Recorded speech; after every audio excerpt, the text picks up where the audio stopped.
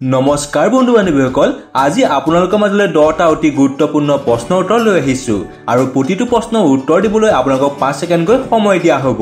তেহলে আহকচোন বন্ধু বান্ধৱীসকল, আজি ভিডিওটো আৰম্ভ কৰো। আজি 1 নম্বৰ প্ৰশ্নটো হৈছে পৃথিৱীৰ প্ৰাচীন ৰাজধানী চহৰখনৰ নাম কি?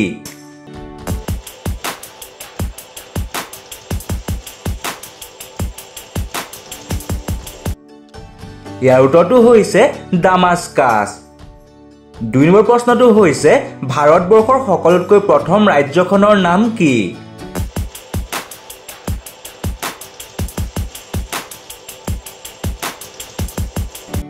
ইয়াৰ উত্তৰটো হৈছে বিহাৰ ৰাজ্য। 3 নম্বৰ প্ৰশ্নটো হৈছে গাই গৰু কোনখন দেশৰ ৰাষ্ট্ৰীয় জন্তু?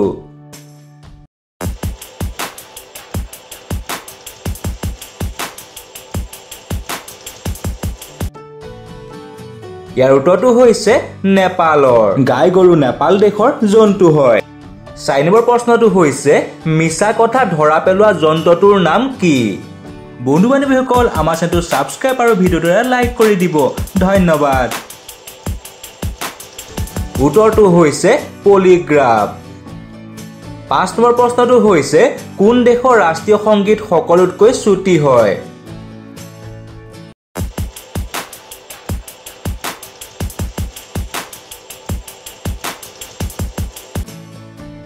উত্তৰটো হৈছে জাপান দেশৰ।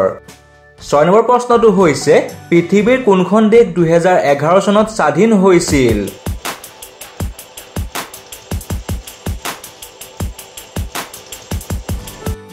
ইয়াৰ উত্তৰটো হৈছে চুডান দেশ। 7 নম্বৰ প্ৰশ্নটো হৈছে পৃথিৱীৰ ভিতৰত সকলোতকৈ বেছি পছন্দ কৰা সংখ্যা কোনটো?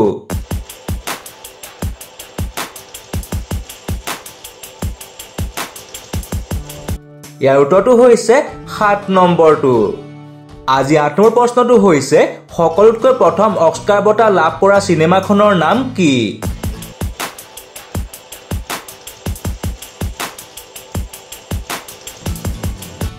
ইয়াৰ উত্তৰটো হৈছে উইংছ চিনেমা। আজি 9 নম্বৰ প্ৰশ্নটো হৈছে কোনপা ফুল 12 বছৰত মাত্ৰ এবাৰহে ফুলে? বন্ধু বান্ধৱীসকল, আমাৰ চেনেলটো সাবস্ক্ৰাইব আৰু ভিডিওটো লাইক কৰি দিব। ধন্যবাদ।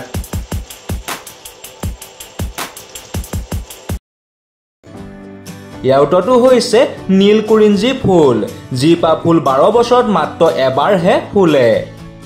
আজি 10 নম্বৰ প্ৰশ্নটো হৈছে ভাৰতবৰ্ষৰ আটাইতকৈ ওখ মূৰ্তি কোনটো?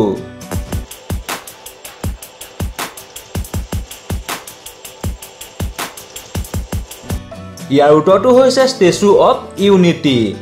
আজি 11 নম্বৰ প্ৰশ্নটো আপোনালোকলৈ বুলি ইনষ্টাগ্ৰাম কোনখন দেশৰ কোম্পানী হয়? আপোনালোকে তলত কমেণ্ট কৰি জনাই দিব। তেনেহলে বন্ধু বান্ধৱীসকল, আজিলৈ ধন্যবাদ।